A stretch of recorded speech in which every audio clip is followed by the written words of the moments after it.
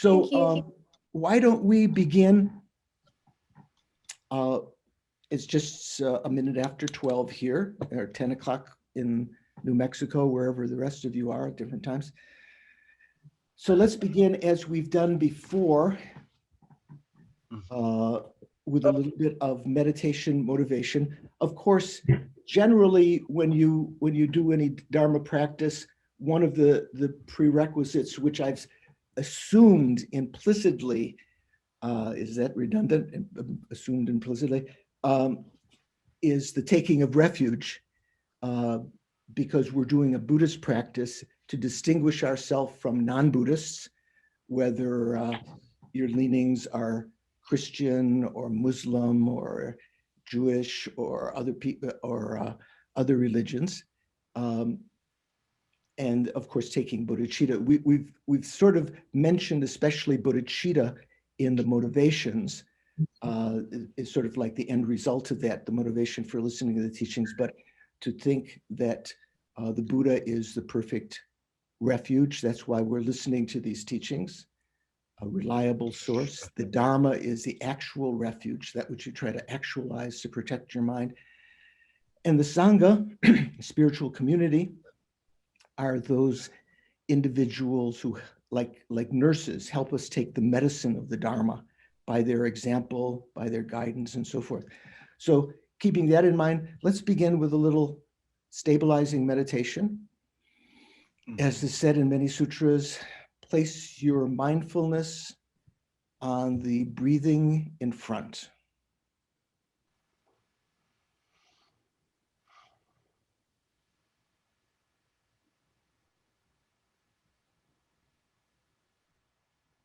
Let go of any plans, or don't multitask in your mind. Just put all of your attention on being aware that when you are inhaling, when it's changing direction, and when you're exhaling.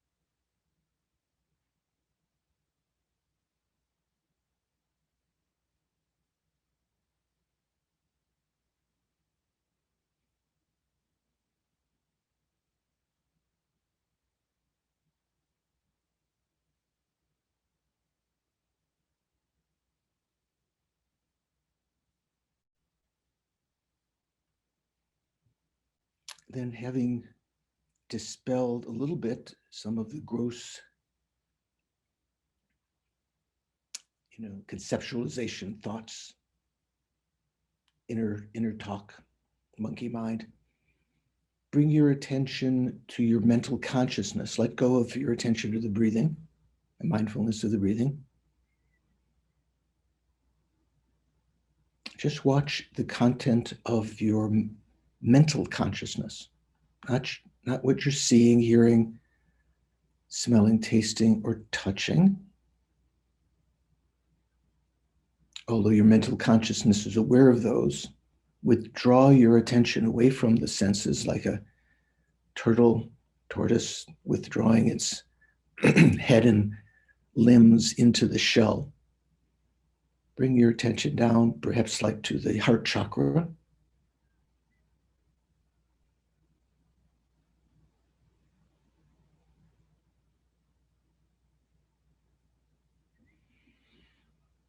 And understanding the thoughts or images or inner conversations, plans, memories, judgments, to be like clouds in an otherwise clear sky.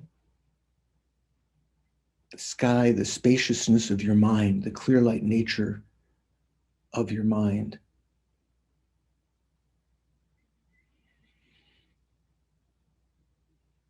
It's not something that appears directly to you. It's something you have to intuit, to deduce, to infer that clear light nature.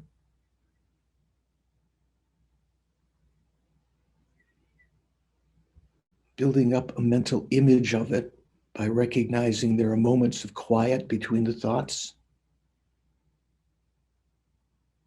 holding on to that until interrupted by another thought, and then not following the thoughts, letting go of them as soon as they arise.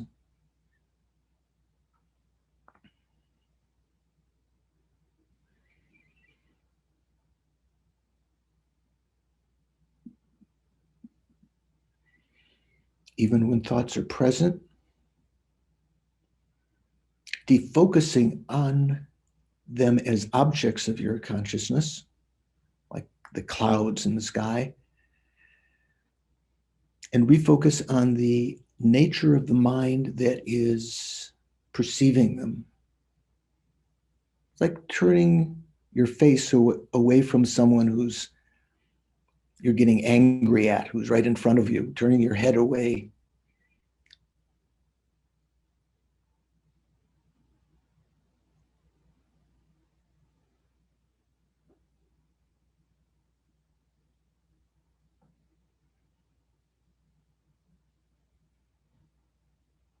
The nature of our consciousness is not stained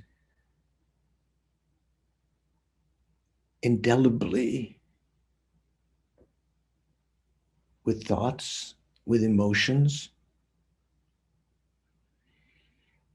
They can enter and be dismissed. They can emerge and reabsorb into the consciousness without any obstruction.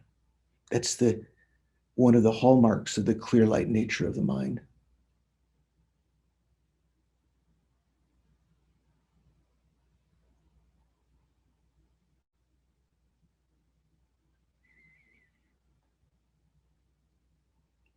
It's something that you know with a factor of wisdom.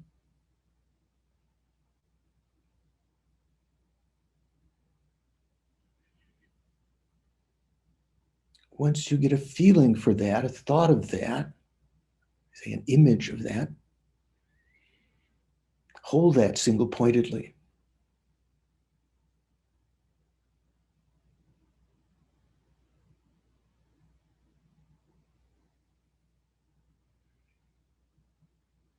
You can easily notice when other thoughts emerge because they'll emerge within that spaciousness of the mind. Just dismiss them, let go of them.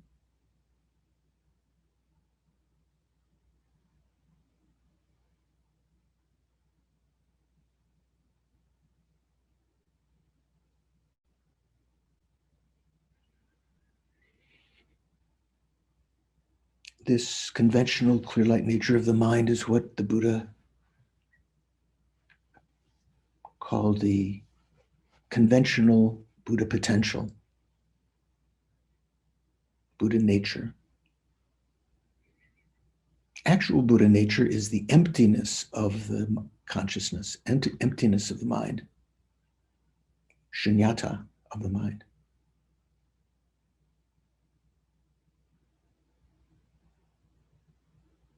What we're trying to recognize here is the conventional clear light nature, just this lack of obstructiveness.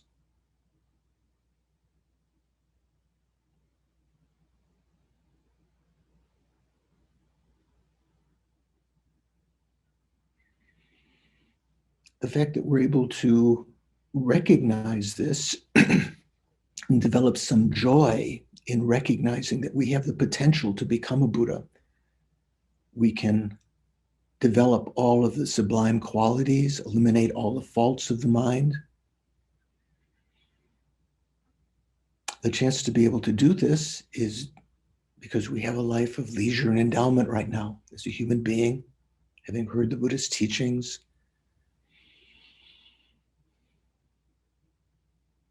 which is very, very rare.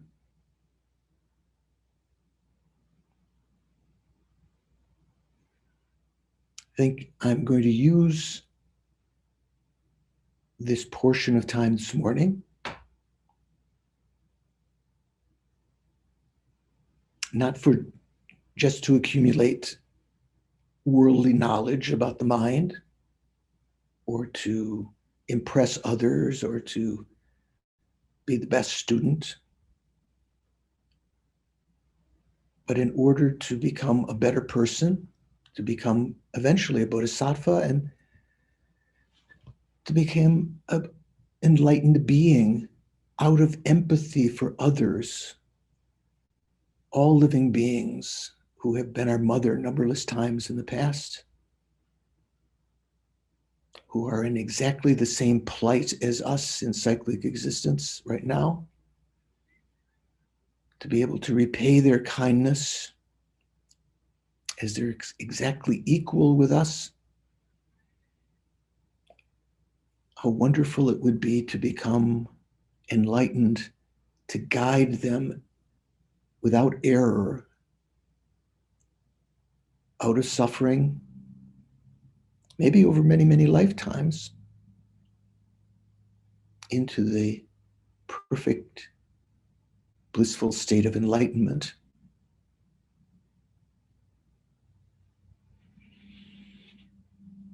To be able to do that, we have to understand the mind. And for that reason, I'm going to listen, participate this morning, contemplate on the discourse on awareness and knowing, Lodig.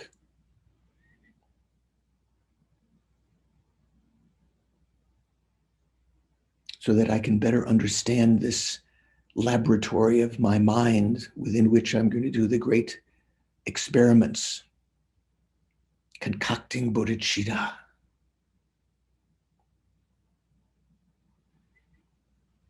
realizing emptiness, developing pureless renunciation.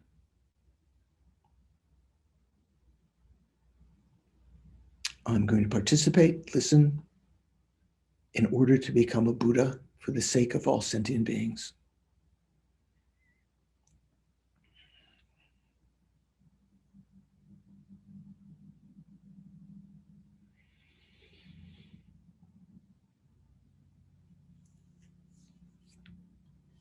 Having set that motivation, relax.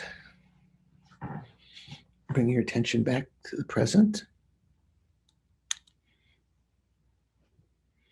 Good morning, everyone.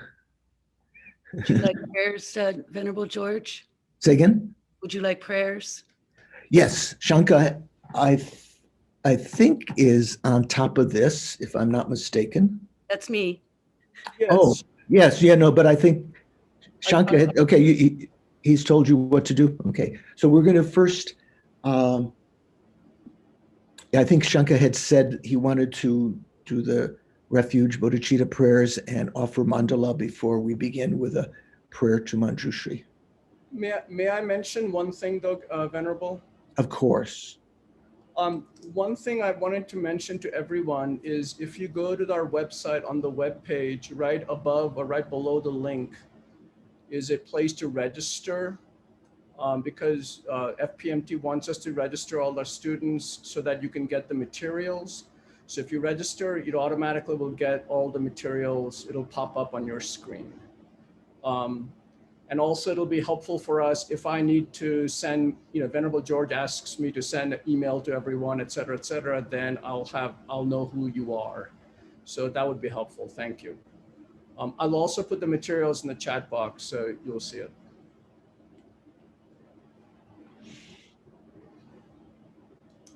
Okay. Oh, this is nice. Okay, there we go.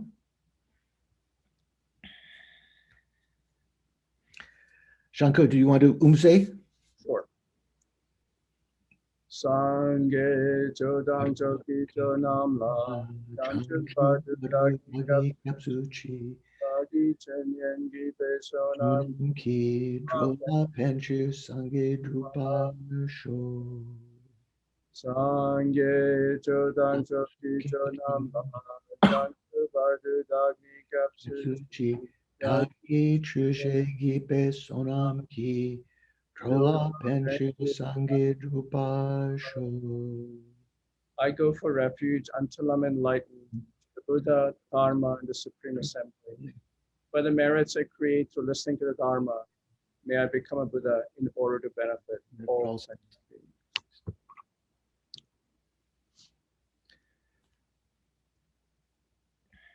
Saji Buddhi Jukshin Me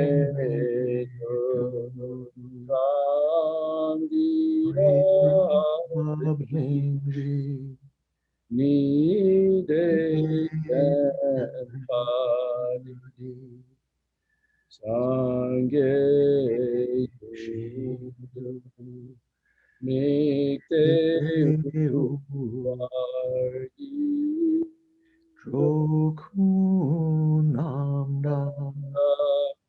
Shingla Chupashu.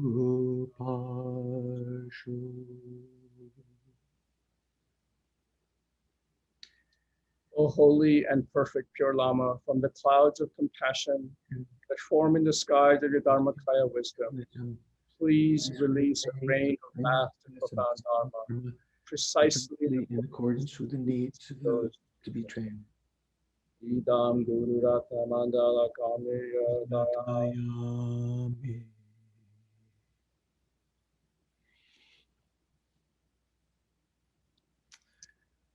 Okay, thank you. That was nice. We mentioned before, but in that the prayer that we say so many times, Sangye Chodang Soki Chognam La Changchu Badu Dagni Kapsuchi. The next line has a couple of changes you may have heard. Usually you say, when you're listening to teaching, say Dagi Chunyen Kipe Sonam Ki or Sognam Ki, depending. I say Dagi Chushe. You might have heard me say something different because I say due to the I'm talking, so I'm teaching or explaining. So I say due to the merits of explaining, or due to the collections of explaining the Dharma. You say due to the merits or due to the collections of listening to the Dharma. Sonam is how it's on the website there, but as one of the students mentioned in one of the other classes, His Holiness has said, better to say due to the Sognam. Sog means accumulations or collections, because there are two collections, collection of merit and the collection of wisdom.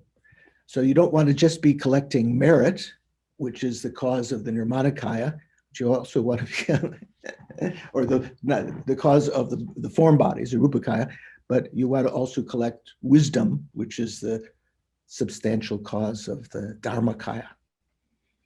So that said,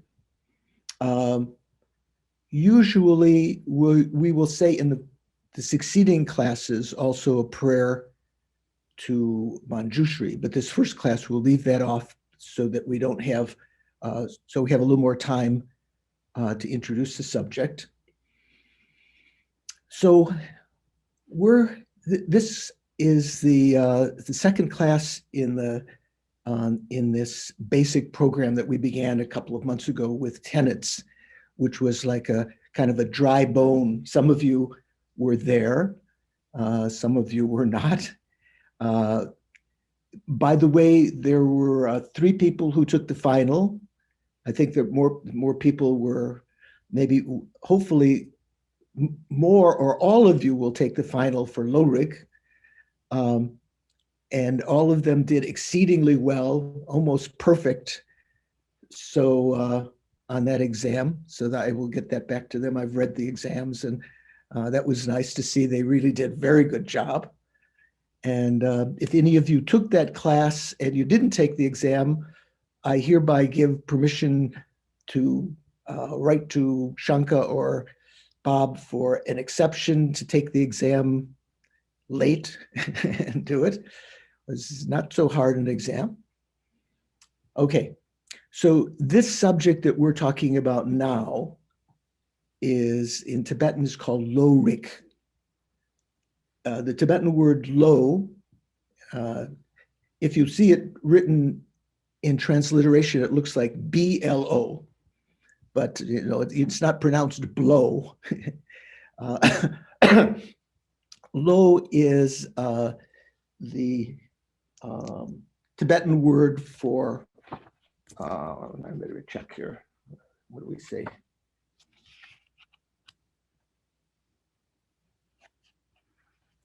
Bodhi. So remember, Bodhi means enlightenment, like bodhicitta and bodhisattva.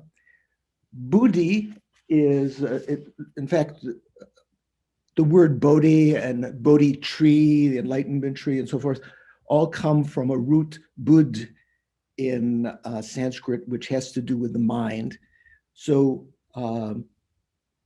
the Sanskrit equivalent of lo is buddhi, and the Sanskrit of rik or rikpa, knowing, or it was a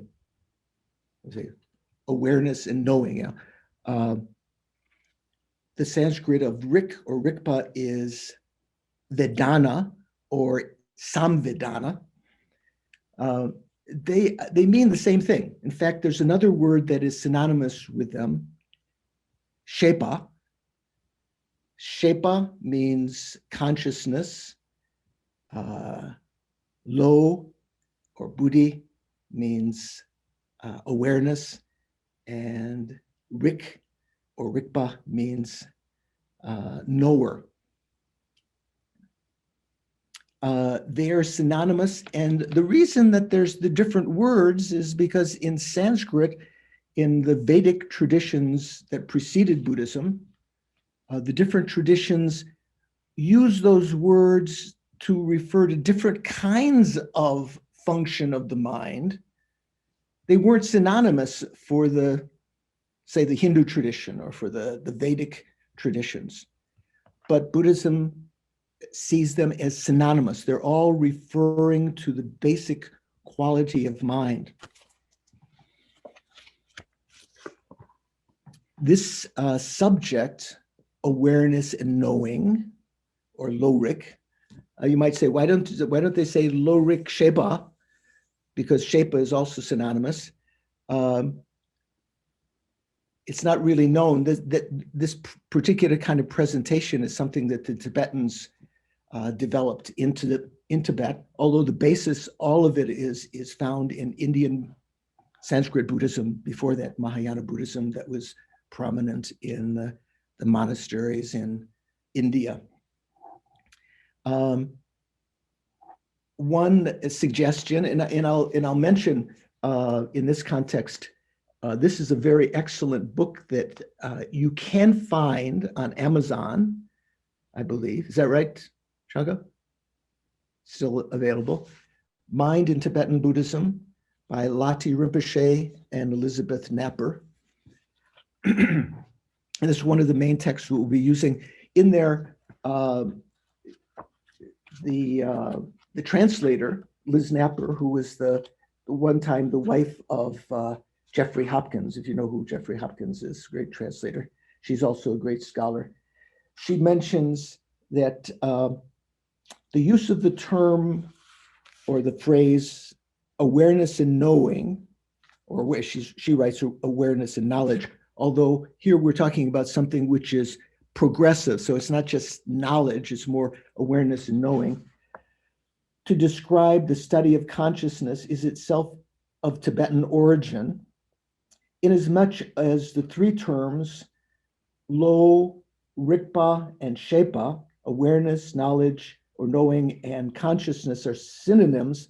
There seems to be no particular reason for selecting out two of them to describe this area of study, right? You can say, why don't you use all three? The author, the great teacher who's passed away since then, Lati Rinpoche, feels that it was probably done for reasons of euphony. Do you know what that means? Euphony? Sounds good, you know, rolls off the tongue. Who's an English or poetic scholar who could give a better definition of euphony? David, were you thinking of something? Oh, I saw your lips moving there. Okay. So euphony, with the terms for consciousness, shepa, probably omitted to avoid confusion, since there are many Tibetan words with similar pronunciation. Okay, so it's talking about consciousness. It's using two of the terms, lo and rik, to refer to them. Another scholar, Geshe Gendon Lodro, suggested that in addition, there might be a loose connection between the usage of awareness and knowing, lorik, to describe consciousness, and that is that they are both subjects, which in Tibetan we say yulchen. Those of you who studied tenets before, we talk about objects. The Tibetan word is yul, like Y-U-L, and a subject is something which possesses an object. So we call them yulchen, possessor of objects, or in English, we would just say subject. So because the definition of an object is that which is known or is known by awareness. So in the definition of object, you have both the words lo and rik. So he's suggesting that. Another author who wrote a book called The Ways of Knowing, Akya Yongzin, and that is a text that I think I'll try to make available to you. I translated it once. It was translated into English by Alex Berzin and John Landau and the translation team in the Library of Tibetan Works and Archives many, many years ago. The Ways of Knowing. There, the title is Lo Rik, but Rik is spelled differently. It's spelled with a final consonant S at the end, which means, instead of meaning knowing, means types or ways. So it's called Ways of Knowing. And that has a certain kind of, maybe that was the original intent of using these words, lo rik. You could say the ways of knowing. So we're going to be speaking about that. A couple of texts. I mentioned this text, and it should be, the names should be in the material, I assume. Is that right, Shanka? These texts? Shanka? I think so, but I will also send it out. Okay. This one, I think you can find on Amazon. Another text, exceedingly good, was last published in 1992, The Mind and Its Function, teachings by Geshe Rapton, was one of my teachers, translated by Steve Batchelor, who is a well-known teacher of Buddhism. And that you can find on Amazon for $980 as it's out of print. So we're not going to ask you to do that. We're in the process of requesting permission from the monastery where it was written in Switzerland, Rapton Choling, where Geshe Rapton taught Western students for many years. If we can reproduce that, we have a PDF of it, but before we distribute that, as it was copyrighted by both Geshe Rapton, who's passed away, Steve Batchelor, who's still alive, and Rapton Choling, will try to honor that and get permission to make that available. Another good source for those of you is Jeffrey Hopkins' great meditation on emptiness, which has come out in paperback since then and is more available. That is a great text to have in general if you're a Buddhist student. This has a lot of information about the ways of knowing, and also the second part of the course, which will come later on the mind and mental factors. So those three, and also a text by, as I mentioned, a famous Tibetan Lama of earlier centuries called Akya Yongzin, The Ways of Knowing. I don't know if that's available on Amazon, but you can check. It was, I think the author was, the translators were put as Geshe Darge, Nolan Darge, and John Landau, Alex Berzin, and so forth.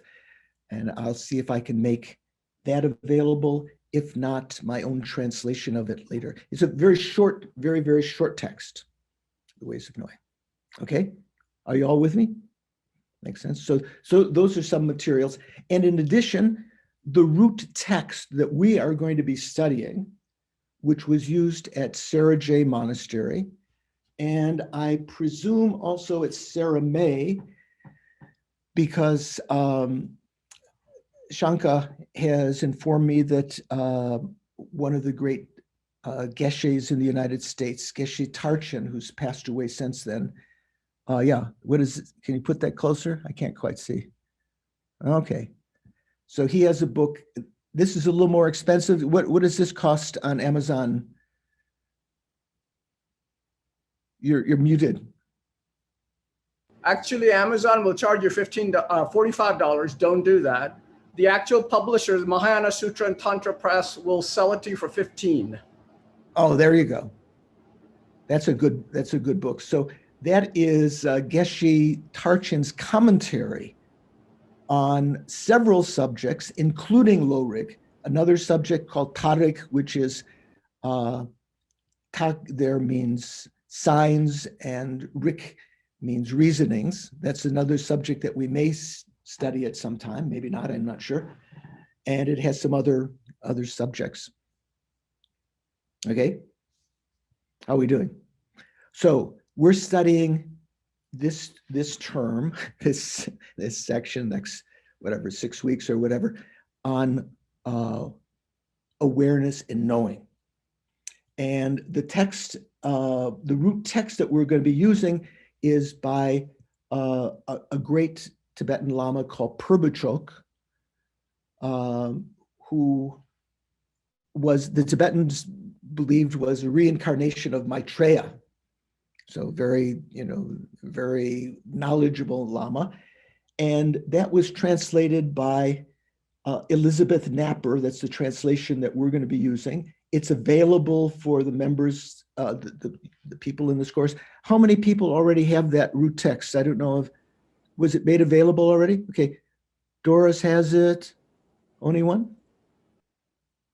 Okay, it will be available as a download. Karen also either has a question or she has that text. I'll send it in the chat box right now, but please register to also get it. You know, it's important. Right, that's the official way to get it. So that's the text we're going to be using. It's translated into English. And the format of it, as you look at it at first, it might seem a little bit confusing because there are large sections at the beginning that seem to be debates without any explanation of what, you know, you're just starting off with debates. Like, for instance, I'll read you, the text begins, and I'll read you a little bit of the beginning of the text. It says, after the title page, it says, I bow down to the Lama and protector Manjughosha, which means Manjushri, right? Manjughosha is another name for Manjushri. What follows is an explanation of the presentation of objects and object possessors, objects Yul and object possessors, which means subjects, Yulchen, as well as awareness and knowers from within a set of texts called the Greater Path of Reasoning, of the magical key to the path of reasoning, comma, presentation of the collected topics revealing the meaning of the treatises on valid cognition. Is that a mouthful? What is saying is that when the students at the monastic colleges would first begin their studies, of course, they memorized texts when they were kids, what are called the root texts of the great texts, you know, Abhidhamma Kosha and Madhyamaka Vatara and Pramana Vartaka and so forth. They memorized these when they were first learned to spell and read and so forth. Then the first subjects they'd have before they studied the great treatises was an introduction to the literature about valid cognition or pramana. And it's called, in Tibetan, the general subject was called dura. Dura means collected topics, essentially, and means topics from the literature about how we know about epistemology and so forth. This is one of the first of those volumes. They would study several of things in Dura, collected topics. One of the first was just a general introduction to terms and divisions and so forth. This is one of the next subjects they would study, Lorig. So right after that little introduction, it says, if someone were to posit as the definition of awareness, Lorig, right? Lo is awareness. If someone were to posit its definition, quote, that which knows an object, and as the definition of object, that which is known by awareness, we will respond, it absurdly follows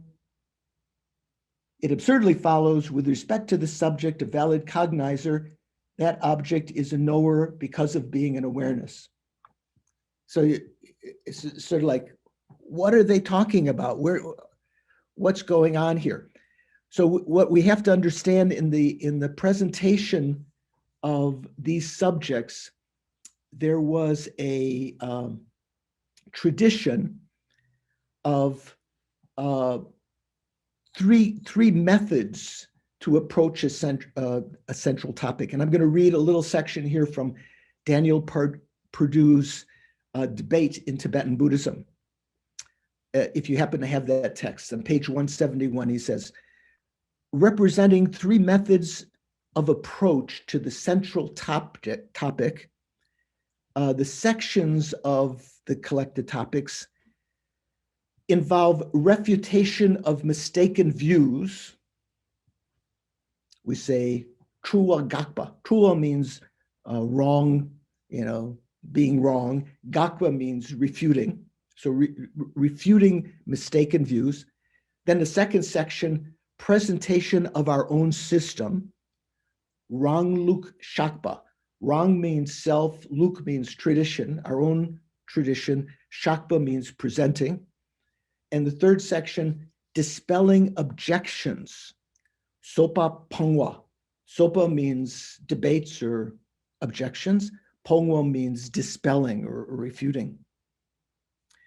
So what this means is that in Tibetan we say Gak Shak Pong Sum. And when we were at the beginning of this class, we were talking about what was it, Konchok Sum and something like that, right? Doris, or someone was asking. So Sum means three. So we say, what did I just say here? Gak, Shak, Pong, Sum. So there's three sections. First, you refute the mistaken views of others about awareness and knowing, other texts that have come before. So you might have read something here or there. So refuting wrong ideas. Then once that the mind is free of those possible things that you've read, wrong ideas, you present your own system. That is our Buddhist Gelugpa system here. And then after you've presented your own system, because it's been presented before, there are other scholars, maybe even in your own college or in other monastic colleges, that find some objections with your definitions or your presentation. And so then you refute their objections. So those are the three main sections of the text. We are not going to talk so much about the refutation of the wrong views, or we'll mention occasionally some of these debates, or we're not going to talk about the objections to our own system so much. They'll come just peripherally one or two of the debates. So we'll go immediately to the section on our own system.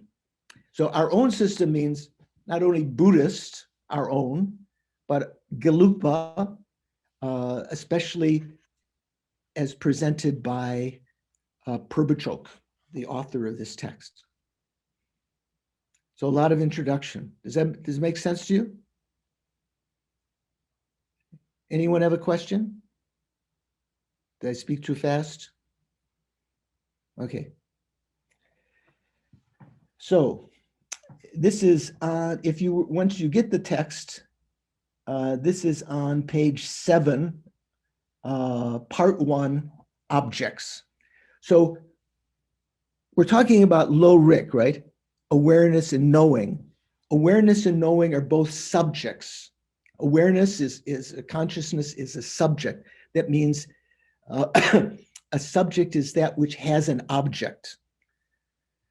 So although we're talking about awareness and knowing, first of all, to understand the definitions of awareness and knowing, we have to explain about what the objects are. Now you might say, there are numberless objects, George.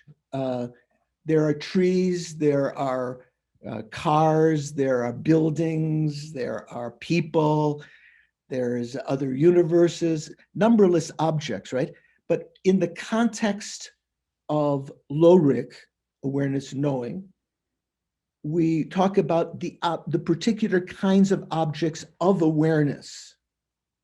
Okay, so in our own system, so the part 1, objects. In our own system, concerning the first, from among the two, objects and subjects, or objects and object possessors. So the first is objects. The definition of an object is that which is known by an awareness.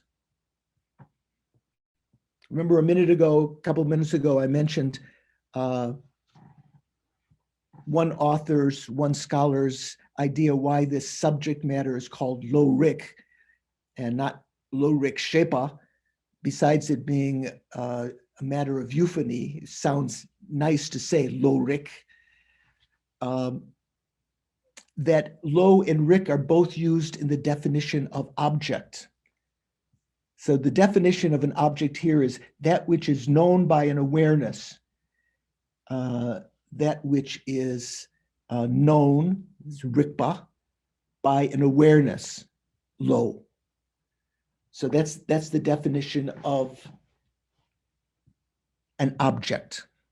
So when we study a subject like this, it's very good to memorize as much as you can. And of course, at first, you may forget some of the words, or you will, if asked to regurgitate the definition of object, you may not remember the order of the words or exactly what it was. But it's very good to go over that again and again. Say in discussion, you can ask one another, what's the definition of an object? And they would say that which is known by an awareness.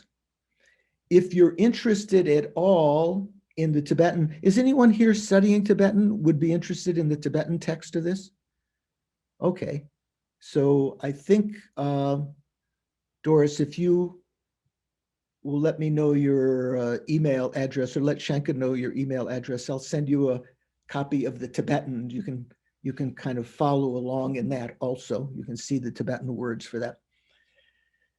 So in the discussion group, this is the kind of thing that you would do in the debating courtyard when you first begin a subject at Sarah Monastery, let's say.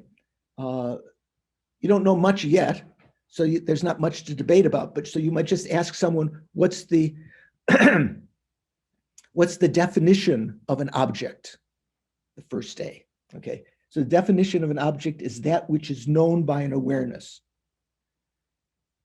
Are there any objects, let me ask Russell, who looks to be very intent here. Russell, are there any objects that are not known by an awareness, that are not known by a consciousness? I don't think so. Yeah, if you think about it, well, why is it said like that? The very fact that something is recognized as an object, it means that it is cognized by some consciousness.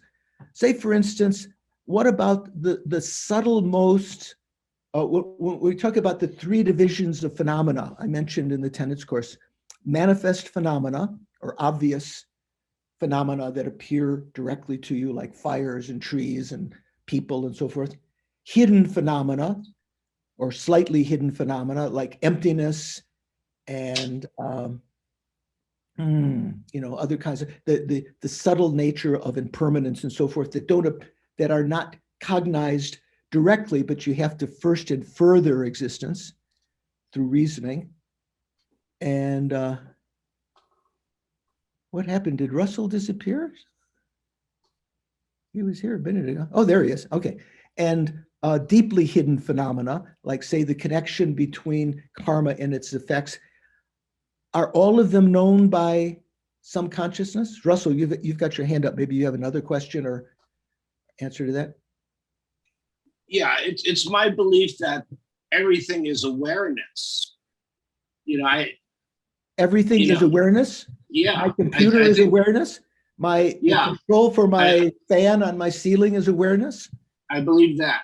I believe when the mind drops away, there's only awareness. Oh, so almost sounds like you're propounding the mind only school, that there is only that everything is in nature. I'm not sure if I am, but that's my belief. Well, generally from the presentation that we're using here, most schools in Buddhism, other than the mind only school, the Chittamatra, say that there are subjects and objects, and that there is an external world to ourself, to our consciousness, which exists autonomously, which is not the nature of the mind. But all objects are apprehended or known by consciousness. There is no object that exists that is not known by some consciousness. The most subtle, minute particle in some distant universe is still known by the omniscient mind, by the Buddha's mind, right? Everything is known by an awareness. Every object is known by awareness. you can say that consciousness itself is an object, right? Like, say, for instance, if Russell develops clairvoyance, or maybe he has already developed clairvoyance to know others' minds, if he knows my mind, his mind, which is knowing my mind, his mind is the subject, and my mind is his object, right? Does that make sense? So even consciousness itself can be an object, but in the division of subject and object, we talk about subjects in the context here of awareness and knowing, we talk about subjects as being consciousness, awareness, and so forth. We following? I'm following. I want to sit some more and think about this. Okay. I appreciate where our discussion is going. Okay. Okay. Thank So you. good. Yeah. So think about that, and in discussion afterwards and so forth, you can take down your hand now. I've seen that. Just so I don't think that you've got another question. Okay. So good point. So the definition of an object is that which is known by awareness. So now we talk about divisions of that. When objects are divided, there are, and right now we're talking about three divisions: appearing objects, determined objects, and objects of engagement, or you could say it the other way around, engaged objects. Appearing objects, determined objects, and objects of engagement. Now there will be other variations of these, but in general, this is the first. So what does it mean to be an appearing object? The appearing object of a particular awareness is synonymous with its apprehended object. So this is you could say there are four divisions here: appearing objects, determined objects, objects of engagement, and apprehended objects. But apprehended object is a synonym of appearing object. How are we doing? Making sense? Rowena, are you there? You're always a good scholar about these things. It makes sense. Thank you. Okay, just checking. But I have heard it before. You So- have heard the subject before, so that maybe that's why it makes sense. Well, I would put that caveat out there. I have studied this a bit. Okay, good, excellent. Okay, so what are we talking about here? Appearing object. Let's take, for instance, an I consciousness. I consciousness is an awareness. It is a knower. It is a consciousness. Those three are synonymous, right? Lo, let's say, awareness, knowing, rikpa, and shepa, consciousness. Those are all synonymous. So an I consciousness, or I knower, or I awareness has an object that appears to it. So an I consciousness is what we call a direct consciousness. Its appearing object, let's say, is the tree or the house or the person you're looking at or the soup that you're cooking, or your cup of already cold coffee that you're looking at. It's the coffee that I'm drinking is also an appearing object of my tongue consciousness. It does appearing object here doesn't mean appearing in the sense of appearing to the eye only. Sounds are the appearing object to ear consciousness. Odors are the appearing object of nose consciousness. Tastes are the appearing object of tongue consciousness. what are the appearing objects of body consciousness, tactile consciousness? Do you know, Anna? Have you ever studied this, or what would you imagine? Hello, Venerable. I was thinking of the Heart Sutra, but Oh. I don't know why. I was trying to work myself out. Yeah. So the appearance of touch. The appearance of what? Were you asking what is the appearance of touch? What is the appearing object of touch consciousness? So objects are that which are known, or which an awareness knows, right? So body consciousness is an awareness, it's a knower, it's a consciousness. What are the objects that it knows? Because let's say, in an analogy, eye consciousness knows shapes and colors. Eye consciousness knows shapes and colors. Ear consciousness knows sounds. Nose consciousness knows odors. Tongue consciousness knows tastes. What does body consciousness know? There's lots. So you could say touch or weight or heat or spaciousness. Sometimes you can feel really big. Sometimes you can feel spaciousness. Okay, maybe. Maybe sometimes what you're feeling is the lack of obstruction. I'm not sure. Yeah, maybe that. Pretty good. Pretty good. Rosemary, do you mind if I ask you a question? You're there? Is it Rosie Mary? Frederick, can you unmute? What do you think is the objects of touch consciousness? You have to unmute to be able to answer. On your screen there's a little button to press unmute. You don't want to? Or you can't? Okay, for some reason, whatever the reason.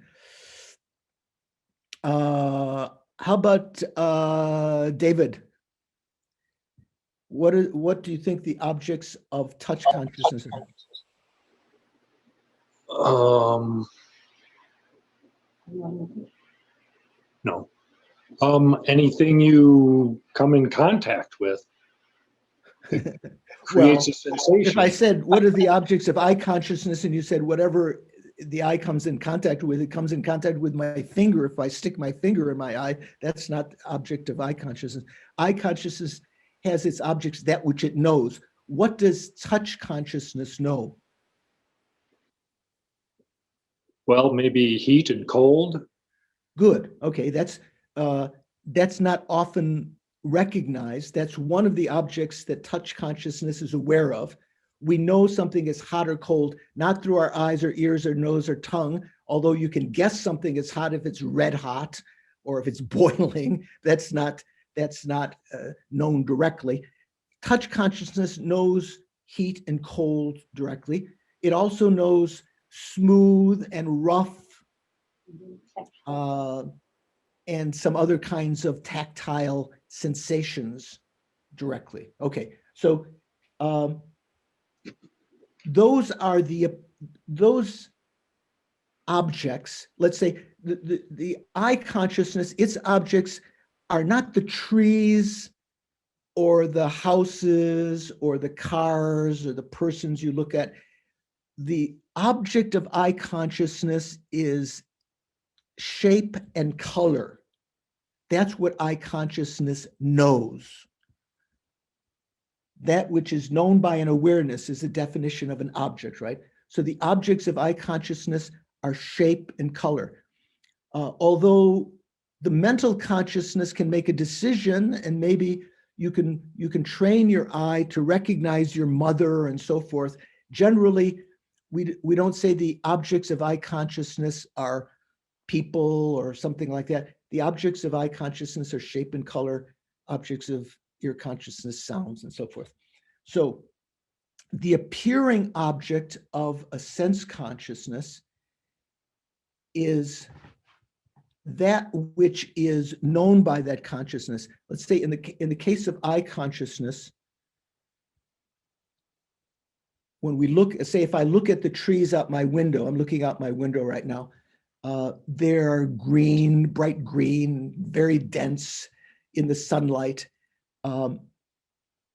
My eye consciousness knows its object by the object being refracted, or let's say impinging upon the retina of my eye, right? We say in Western terminology and science, you know, an inverted image is on the retina of your eye, right? And it is apprehended by the rods and cones. I'm not sure if there's another term besides that. Usually the rods and cones are what are perceiving the object, right? So the object is from a Buddhist perspective, on the eye organ, which means some subtle matter within the retina of my eye, which acts as an interface between the eye consciousness and the object which is appropriate to it. In this case, the eye consciousness, shape and color. So the eye consciousness is recognizing that, knowing that object, the shape or the color, that way. So that is said to be the appearing object of a sense consciousness, the shape and color that is appearing to it. It's an external object to the consciousness. That's also that's also the object that is being apprehended by that consciousness, the appearing object of the consciousness. It is what is being grasped or apprehended by that consciousness. Okay? So then the text continues. Whatever is an established base. Now you might say, what's an established base? Some of you who studied before know that the expression established base means is a synonym for all knowable phenomena. Okay, we could put it another way. Whatever is knowable, whatever is a knowable phenomena is necessarily an appearing object. It appears to some consciousness. Now, not all consciousnesses are sense consciousnesses, right? The 5 sense consciousnesses. What's the other kind of consciousness?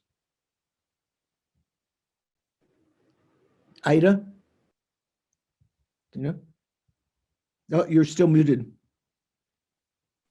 There you go. Mental consciousness? Yeah, mental consciousness,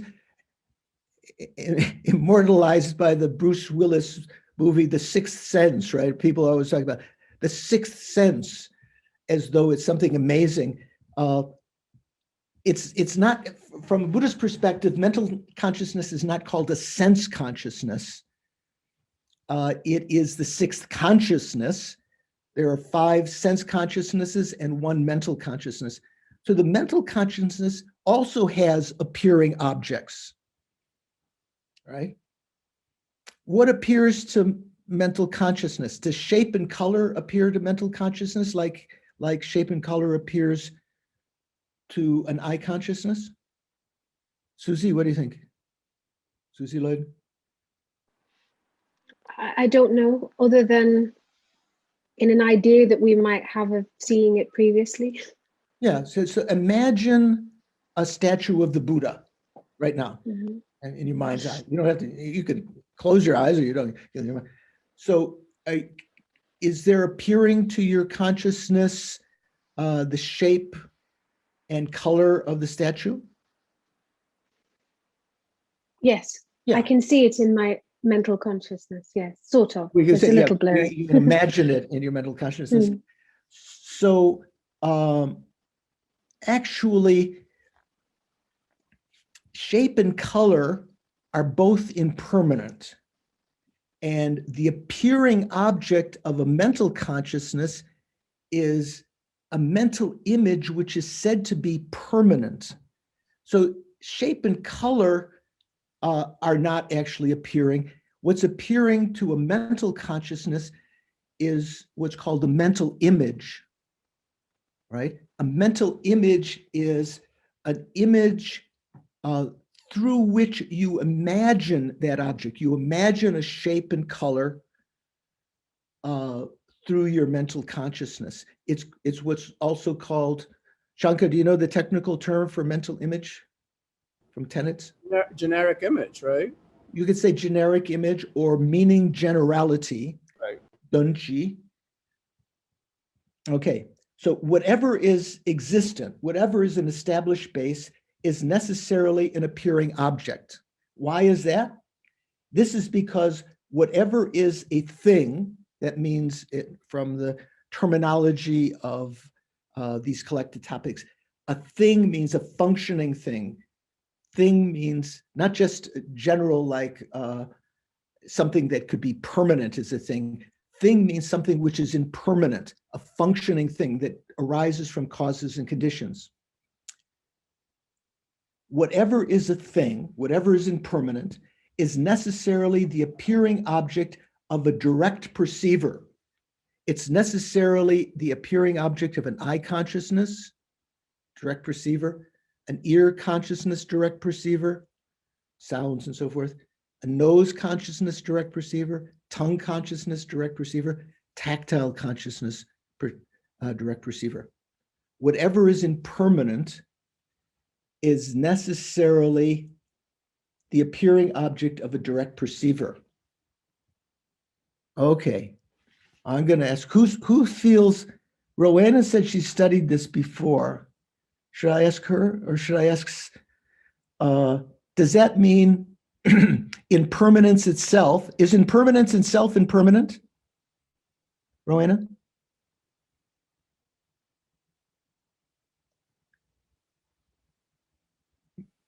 I'm not quite sure because that's like a trick question. Of course, impermanence is impermanent. But So it that's is- not a quiz. That's not a quick trick question if it's obvious, right? Yeah, I mean, well, it is when you phrase it as a question. Okay, so if impermanence is impermanent, and we just said that whatever is impermanent is necessarily the appearing object of a direct perceiver, does that mean that impermanence is directly perceived by eye consciousness, ear consciousness, nose consciousness, tongue consciousness, or body consciousness? I don't think that comes to mind. When you're perceiving something, you're simply perceiving it. Does it? Can you see impermanence? No, you don't see it as impermanent. You see it as an object. What I'm you're just asking this. Can you see impermanence? I can't. I mean, I can know that I'm looking at something impermanent, but I can't see. Well, you can see, for instance, the rock falling. Is that seeing impermanence? In a poetic sense. So, first of all, what you're noticing, what you're aware of is gross impermanence. It's not subtle impermanence. Okay, that's good. And the eye consciousness only perceives shape and color. So you are seeing a succession of moments of shapes and colors as the rock is falling or whatever. So you're not really seeing impermanence. Russell, you have an idea there. You have your hand up. What do you think? Okay, I think what I'm sensing is impermanence is perceived through the mental consciousness, and then from that, that means it's permanent. Okay, no, not necessarily. Good thinking. So mental consciousness knows things via a mental image, a generic image that's appearing to it. You don't generally, you don't see things, impermanent things with the mental consciousness. With this proviso, there is also something called direct mental perception. We can know things directly with our mental consciousness, right, Shanka? Is that what you're thinking? Say, for instance, when we talk about the direct realization of emptiness, one of the high realizations, right? Where does Russell disappear to sometimes? Oh, there he is. He's kind of, okay. So we can know emptiness directly, it's said in the Mahayana. That's the realization that allows you to eliminate all of the afflictions from your mind. That's a very special kind of example of mental consciousness. Generally, mental consciousness in all of our experience, generally mental consciousness knows things conceptually by means of a mental image. But there are some situations when mental consciousness has eliminated that obstacle and can know things directly. We'll talk about that more later, and those of you who studied tenets may be familiar with that we talked about before. So whatever is existent, whatever is an established base, is necessarily an appearing object. This is because whatever is a thing, whatever is impermanent, is necessarily the appearing object of a direct perceiver, whether it be a sense direct perceiver, eye, ear, nose, taste, and tactile, or a mental direct perceiver. Mental direct perceivers can know impermanence, and it can know impermanent things directly. What do you think, Anna? Does that make sense? I'd have to listen to it a few times, but okay. So how do we know subtle impermanence? We don't know it with our eye consciousness, ear consciousness, nose, tongue, taste, tactile. Although a Buddha's sense consciousnesses, all of the Buddha's sense consciousnesses are omniscient. So they know, the Buddha is an extreme example. They know things, they even know impermanence. But we cannot, even a high level bodhisattva cannot know impermanence directly with his eye consciousness or her eye consciousness, ear consciousness, only with their mental consciousness, their mental direct perceiver. And that's in a meditative state, you would realize impermanence, which itself is impermanent, right? Impermanence is impermanent. Victor, what do you think? I'm not sure if you're there, like, what's he talking about or what? What do you think? Yes, I'm trying to follow. It's very dense, but yes, I it agree. is very dense. But I'm bringing up a lot of new subjects, and we're on just like the very first topic here about objects and subjects and so forth. So it takes some thinking and some reading. If you get a chance to read some of these other explanations, and in the discussion group, whoever leads discussion or when you're discussing with other students, some other doubts will come up. Sometimes when you're in discussion group,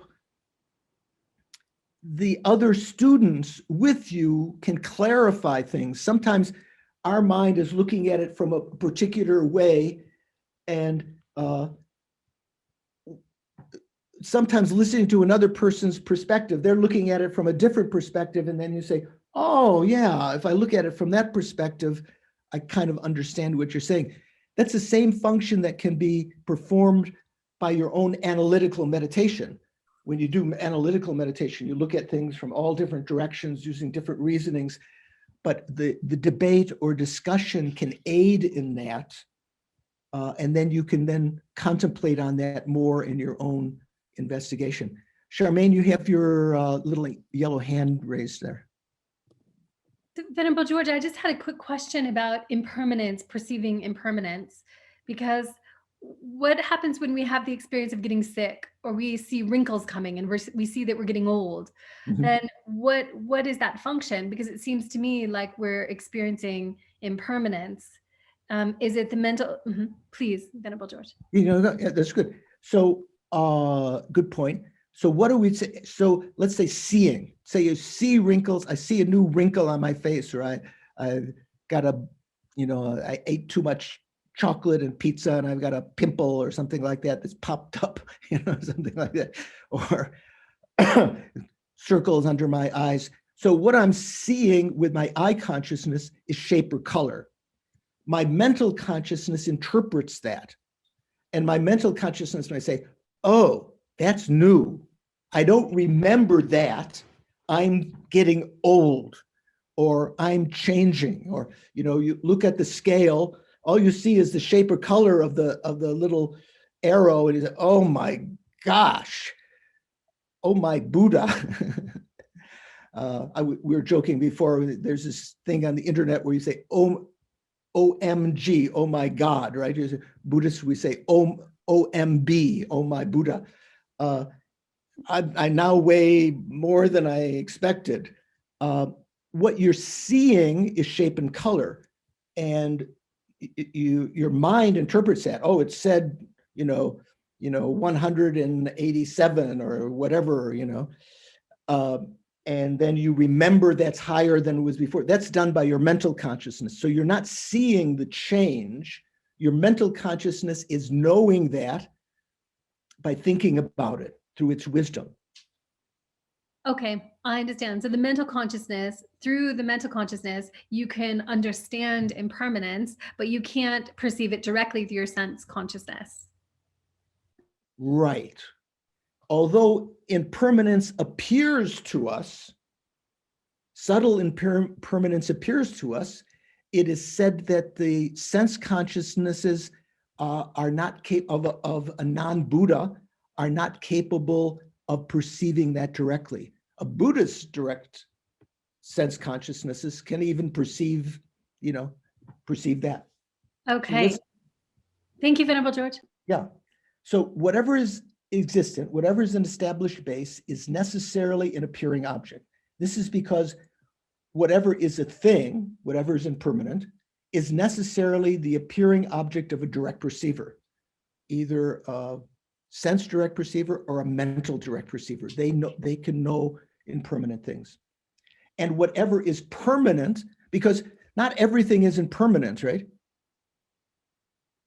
Who can I ask? Lorraine or Lauren. How is it? Lauren Pittman, are you there? Maybe she's off having a cup of coffee. Who can I ask here? Nadine, are all knowable things impermanent? All phenomena are impermanent? You mean? Are all phenomena, all things that can be known, impermanent? Can you hear me? I can hear you, yes. Oh, can you hear me? There are impermanent things and also permanent things, and both are to be known. Okay, so if we were debating, because of the terminology, we use the word thing only to refer to that which is impermanent. Yeah. So we wouldn't say permanent things, we'd say permanent phenomena. So if you divide phenomena, you can say impermanent and permanent. And the impermanent ones we call things. Permanent ones we say permanent phenomena.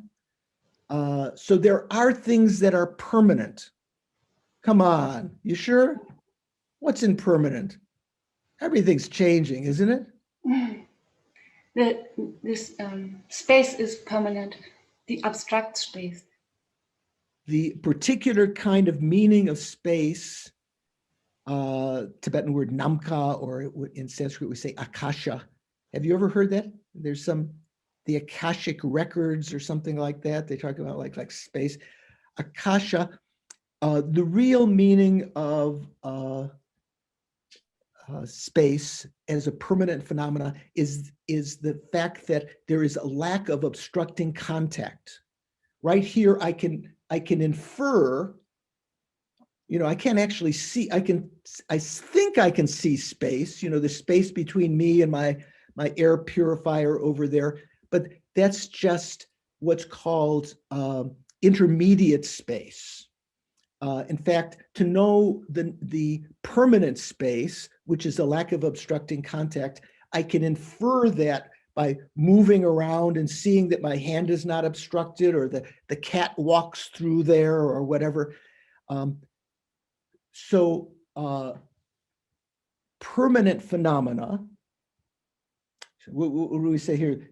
Whatever is a thing is necessarily the appearing object of a direct perceiver, and whatever is permanent, we don't say a permanent thing, whatever is permanent is necessarily the appearing object of a conceptual consciousness. So what's the appearing object of a conceptual consciousness? Remember, the way that we know things with our mental consciousness is mainly by conception. That is, our mind generates an image of what we're imagining or thinking about, my mother's face or the shape of a Buddha or my idea of impermanence. It's kind of like a mental image. And that mental image is said to be permanent. It's not changing moment by moment. Although you might think, oh, come on, George, if I think about someone running, if I think about Matt Bukowski doing yoga, Matt, do you do yoga? No. Run? Do you run? Do you swim? You don't run or swim? Okay, walking. You've got to walk. Or are you in a wheelchair? Do you walk? Yeah, I walk. Okay. I don't run though. Okay. So I don't run so much either. It's not good for the knees when you get old. So imagine Matt walking. You say, I can imagine that. He's moving. So that mental image is impermanent. From a Buddhist perspective now, there is a succession of, if I imagine Matt walking, there is a succession of mental images, all of which are permanent. So whatever is a thing is necessarily the appearing object of a direct perceiver, and whatever is permanent is necessarily the appearing object of a conceptual consciousness. What's another thing what's something that's permanent? Say space, non-compounded space, the lack of obstructing contact, that can be known by your mental consciousness by means of a mental image. Okay. How are we doing so far? Completely confused? Rosemary, although you may not want to speak, how are you doing? You kind of following what we're doing here? You can shake your head or yes, you're following, or no, I'm completely confused. Confused. Okay, confused. Where are you? Are you? I'm trying to understand. Okay, where are you Thank located? you very much. Yeah, where are you located? Where are you? Overseas? Are you in America or in? From Brazil. Oh, in Brazil. Okay. Yes. Excellent. Okay. How about Russell? You have an observation, question, thought? Yeah. Okay. What I'm thinking is phenomena you can touch. Is Say it again? Phenomena you can touch, or some or phenomena smell, you can touch. yeah, or smell, or right, is impermanent, but phenomena that is conceptual is permanent. No, phenomena that are conceptual, like say I can think of Russell. Russell is impermanent. And Russell's iPhone, Russell K. Miyashiro's iPhone is impermanent, right? I can think about that. So the object I'm thinking about can be impermanent, but that which is appearing to my mind, to my mental consciousness that's thinking about that, the conceptual mind, there's a mental image of Russell's iPhone. I'm imagining it. I haven't seen your iPhone, I don't think.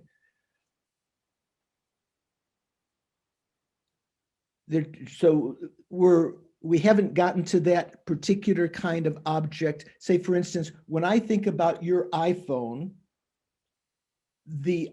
your iPhone is what's called the determined object. Here, just a minute ago, we said that there were three general kinds of objects. Appearing objects, that's mainly what we're talking about. Determined objects and objects of engagement. That was what we said at the beginning. So the appearing object of my mental consciousness, thinking about your iPhone, is the mental image of your iPhone. That's what appears to my mind.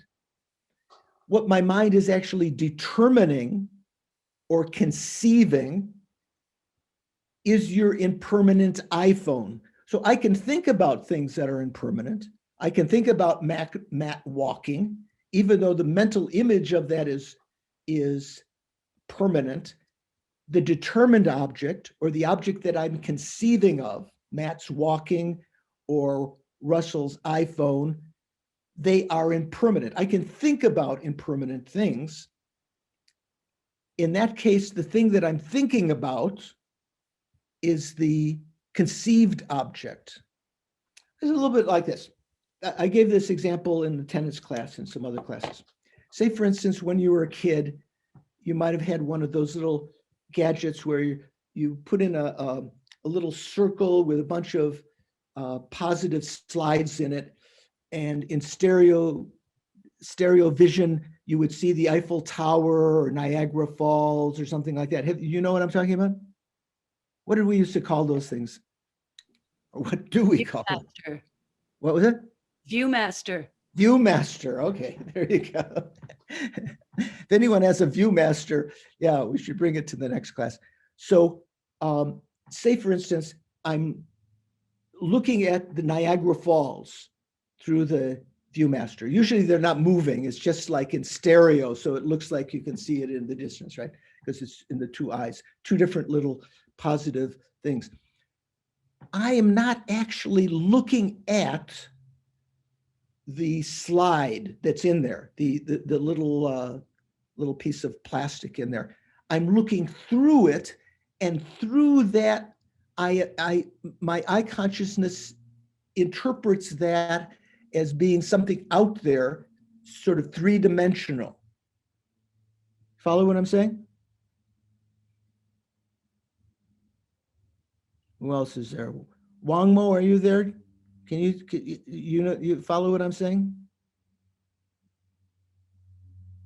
Maybe Wang Mo's vacuuming the carpet. Okay. Linda, do you follow what I'm saying?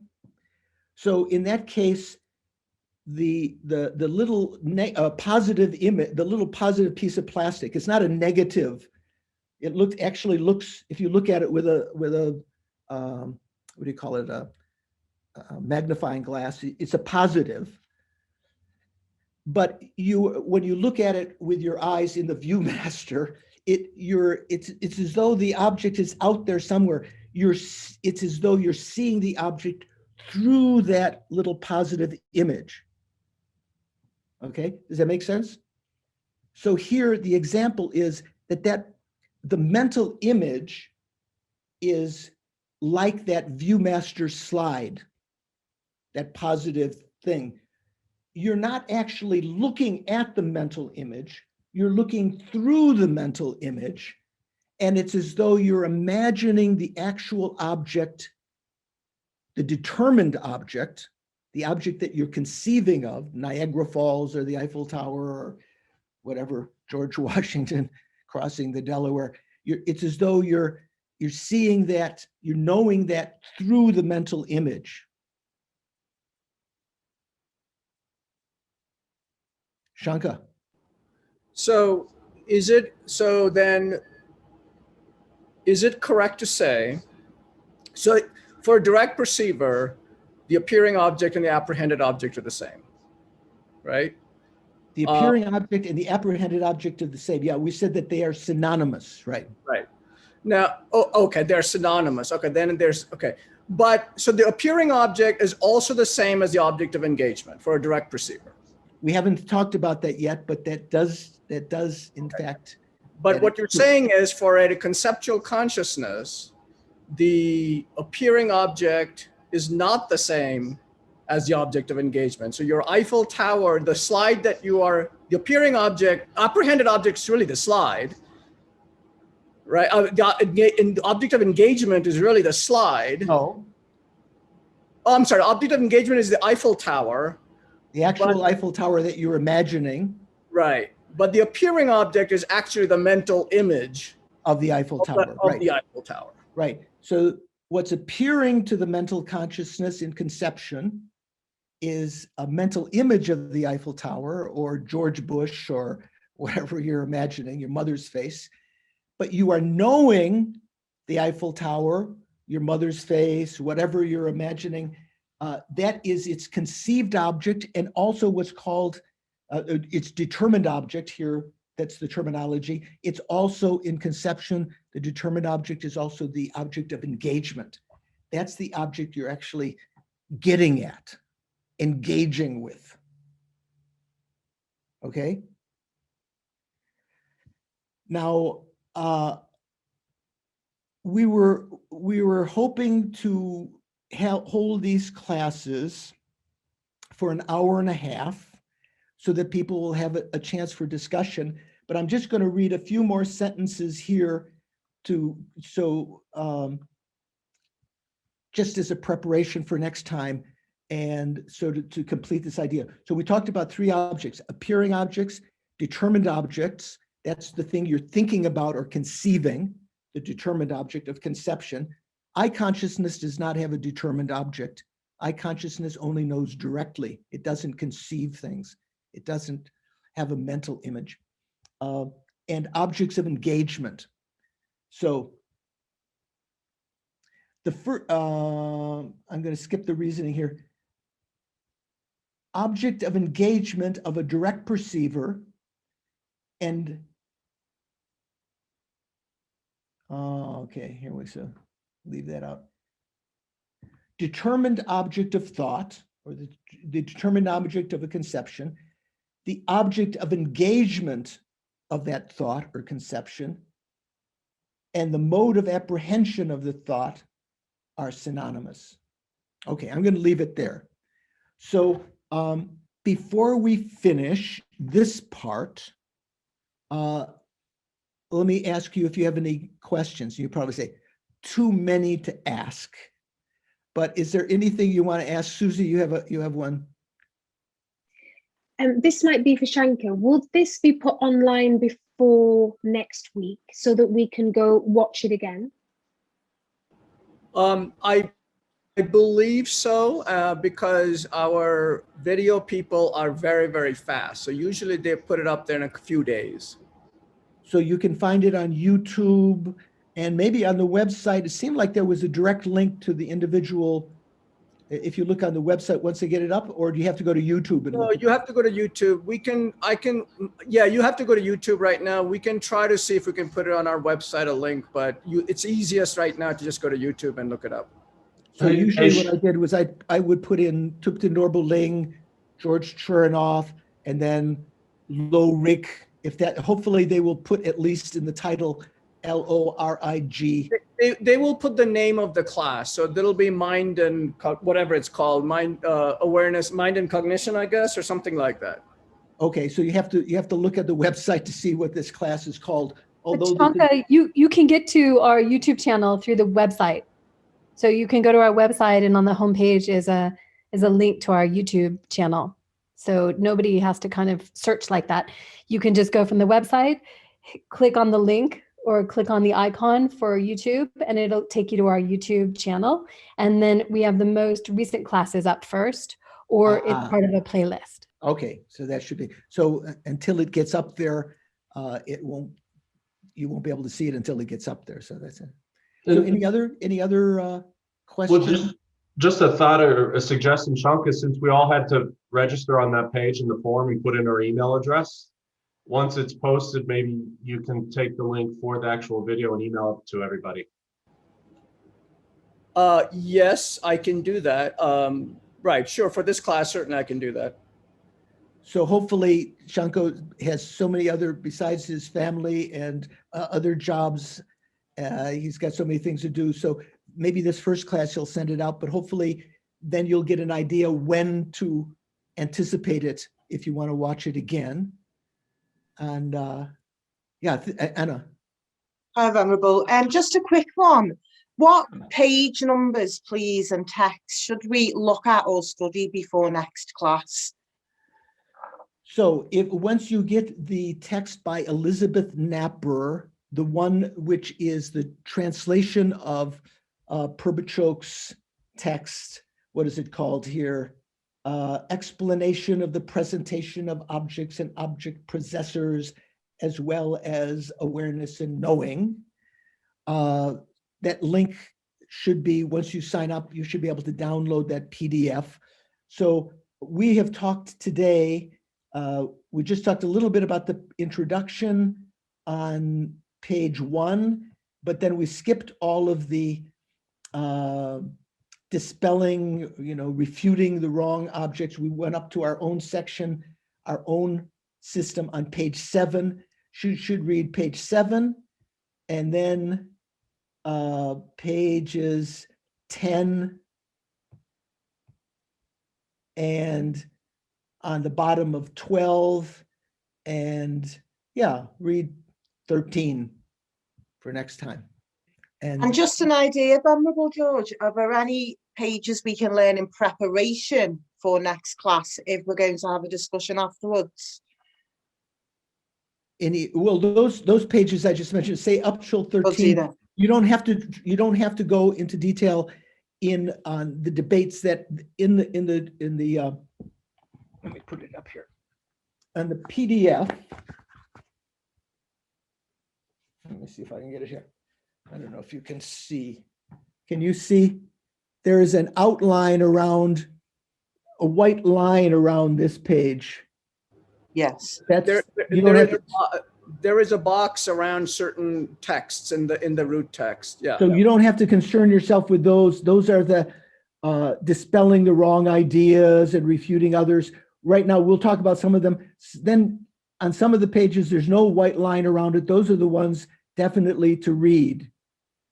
And then you'll come up to a section where there's a white line around them again. Okay, thank you. Yeah. May I say one thing, Venerable? Of course.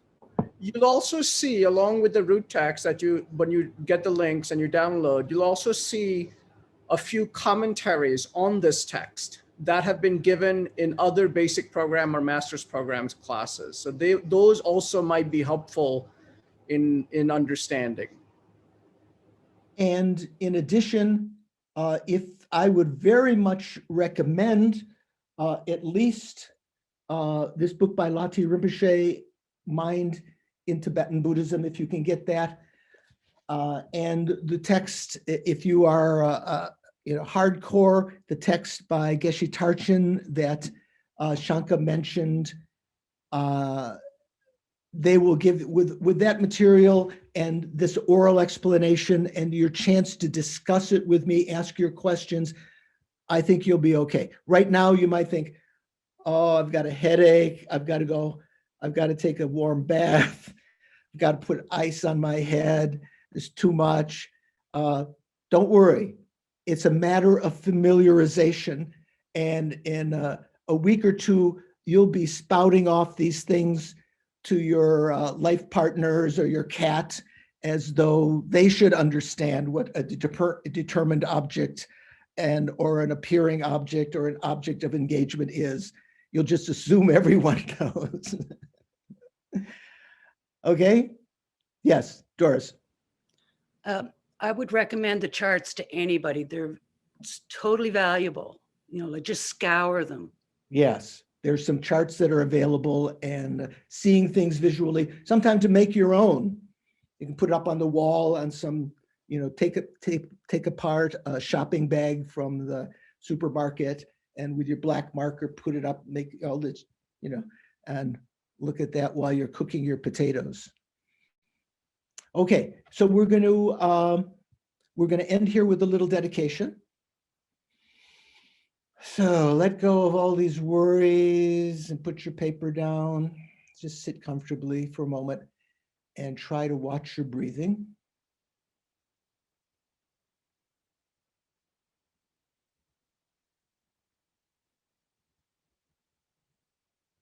Recall the clear light nature of your mind, more subtle level.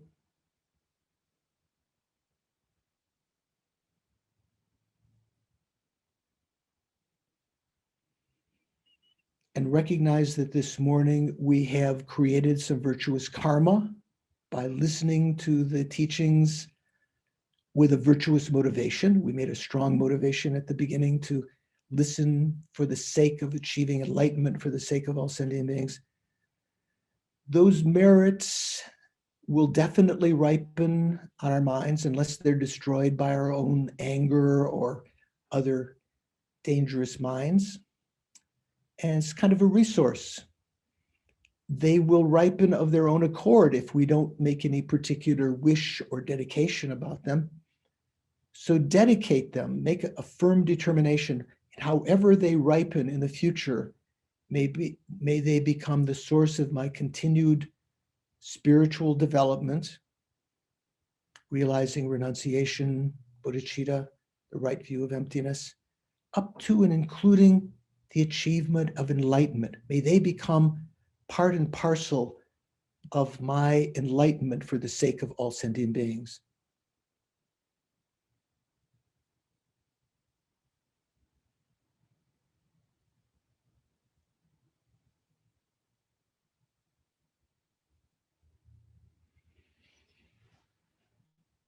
And Shankala, would you like to lead in the dedication prayers?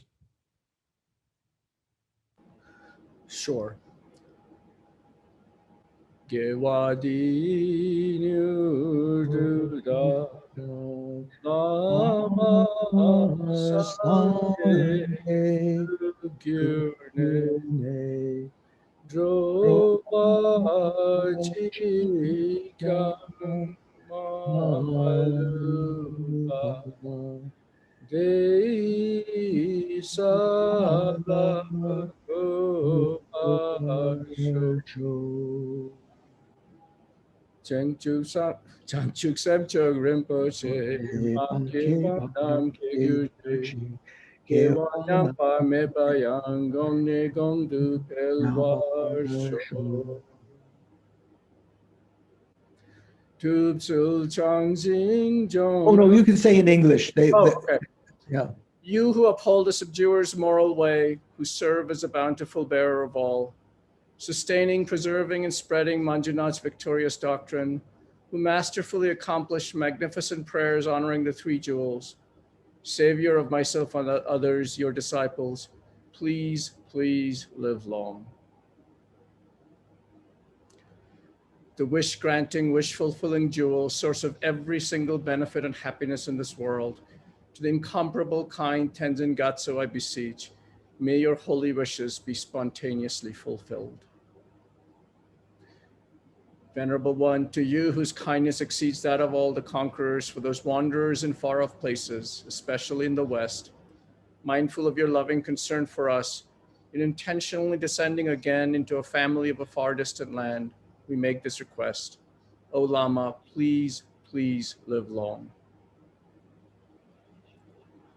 Beloved teacher, leading your students toward wisdom and compassion, explaining through exacting discernment the steps of the graduated path, you are the unequaled guide. Please live a long and stable life. Okay, thank you so much for your patience. Good to see all of you. And before have a good study. Shankar will stay on. I think he'll probably have some announcements.